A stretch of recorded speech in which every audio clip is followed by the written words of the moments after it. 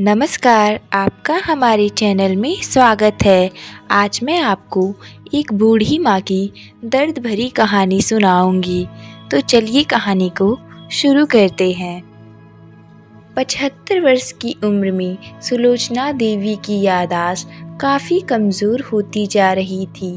उन्हें रोज़मर्रा की चीज़ें याद न रहती, लेकिन जो उन्हें हमेशा याद रहता था वह था उनका बेटा। दिन हो या रात, एक पल भी ऐसा ना होता जब उन्हें अपने बेटे की याद ना आती। दूसरी तरफ बेटा था जो साल भर में एक आध बार अपनी माँ को फ़ोन कर लिया करता और 1 मिनट से ज़्यादा बातें भी ना किया करता। फिर भी यह बूढ़ी माँ टकटकी लगाए अपने बेटे का इंतज़ार करती रहती। एक दिन बेटे का विदेश से फ़ोन आया। हेलो हेलो, सुन रही हो ना माँ? अनिल बोल रहा हूँ। तुम्हारा बेटा। कैसी हो माँ? मैं ठीक हूँ बेटा। बहू और मेरा पोता कैसा है? माँ ने पूछा। सब अच्छे हैं माँ। मैं अगले हफ्ते गांव आ रहा हूँ माँ, तुम्हें लेने। अब हम सब साथ में ही लंदन में रहेंगे। तुम्हारी बहू कह रही थी माँ को यहाँ पर लेकर आओ, बेचारी अकेली वहाँ परेशान होती होंगी, बेटी ने कहा। माँ की बूढ़ी सूखी आंखें आंसुओं से भीग गईं। उसके कमज़ोर शरीर के नस नस में खुशी की लहर दौड़ गई। बेटे और बहू का अपने प्रति प्रेम देखकर माँ का मन खुशी से भर आया। बेटी ने आगे कहा, माँ तैयार रहना, मुझे ज़्यादा दिन की छुट्टियाँ नहीं मिलेंगी। जिससे जितने पैसे लेने हैं लेकर रखना। तब तक मैं प्रॉपर्टी डीलर से बात कर लेता हूँ घर के लिए। घर के लिए? माँ ने पूछा। हाँ माँ, गांव का घर हमें बेचना पड़ेगा। अब हम साथ में ही रहेंगे तो गांव के घर का क्या काम? बुढ़ापे की वजह से ठीक से चलने में असमक्ष माँ ने पूरे मोहल्ले में घूम घूम कर अपनी इस खुशखबरी को सबको सुनाया। सभी को खुशी हुई। सबको लगा माँ जी के आखिरी दिन अपने परिवार के साथ खुशी से बीत जाएंगे। घर वापस आकर माँ ने अपने घर के कोने कोने को ऐसे देखा जैसे वह अपने दूसरे बेटे को देख रही हो। देखी भी क्यों ना, उस घर को अपने बेटे से कम थोड़ी समझा था। अपने पति के साथ 40 साल बिताए थे यहाँ, लेकिन अब मजबूर थी बुढ़ापे के आखिरी साल बेटे और बहू के साथ बिताना चाहती थी। दिल पर पत्थर रखकर घर बेचने के लिए माँ तैयार हो गई। आनन फानन में बेटी ने घर को आधे दामों पर बेच दिया। माँ ने ज़्यादा नहीं, लेकिन जिन चीज़ों से दिल लगा था उन चीज़ों को समेटा और बेटे के साथ टैक्सी में बैठकर एयरपोर्ट के लिए चली गई।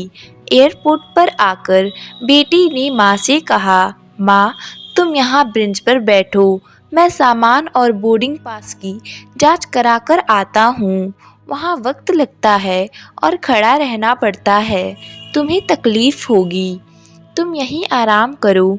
मैं यूँ गया और यूँ आया। माँ बेंच पर बैठ गई और बेटा अंदर चला गया। काफ़ी समय हो गया, बेटा वापस नहीं आया। माँ सोचने लगी, ज़्यादा भीड़ होगी इसलिए देर लग रही है। अंधेरा होने को आया। अब तो लोगों की चहलकदमी भी कम होने लगी। माँ को अब चिंता होने लगी।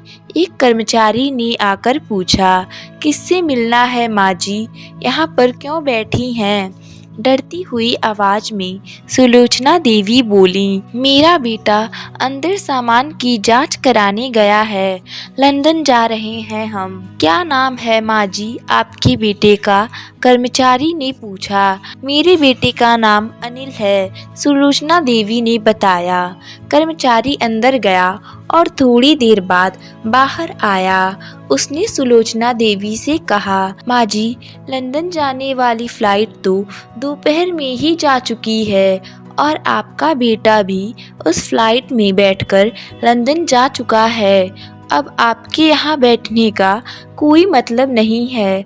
आप भी अपने घर चली जाइए। क्या जा चुका है और मैं घर जाऊं? माँ की आंखों से आंसुओं के सैलाब उठने लगे। जैसे तैसे माँ घर पहुंची।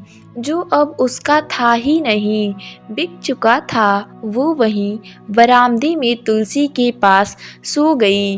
घर के नए मालिक को उस पर दया आई तो एक कमरा किराए से उसको दे दिया। पेंशन के पैसों से खाना और किराए का बंदोबस्त हो जाता था। दिन बीतने लगे। कुछ दिनों बाद घर के नए मालिक ने सुलोचना देवी से कहा, माँ जी, आप अपने रिश्तेदारों के यहाँ क्यों नहीं चली जाती? इस उम्र में आपके लिए वही अच्छा होगा। अच्छा तो होगा, लेकिन अगर मेरा बेटा वापस आया तो उसका ख्याल कौन रखेगा? मेरा बेटा बहुत भोला है, उसे अपना ख्याल रखना बिल्कुल नहीं आता। मैं कहीं नहीं जाऊंगी, क्या पता कब उसे मेरी ज़रूरत पड़ जाए। माँ ने कहा। दोस्तों, किसी ने सच ही कहा है, पूत कपूत हो सकता है, लेकिन माता कभी कुमाता नहीं होती। दोस्तों, आप सभी से हाथ जोड़कर विनती करती हूँ, अपनी माता पिता की जितनी हो सके उतनी सेवा करें। उनके साथ कभी बुरा बर्ताव मत करना। अगर आपको हमारी आज की कहानी अच्छी लगे तो हमारे चैनल को सब्सक्राइब और वीडियो को लाइक ज़रूर करें। धन्यवाद।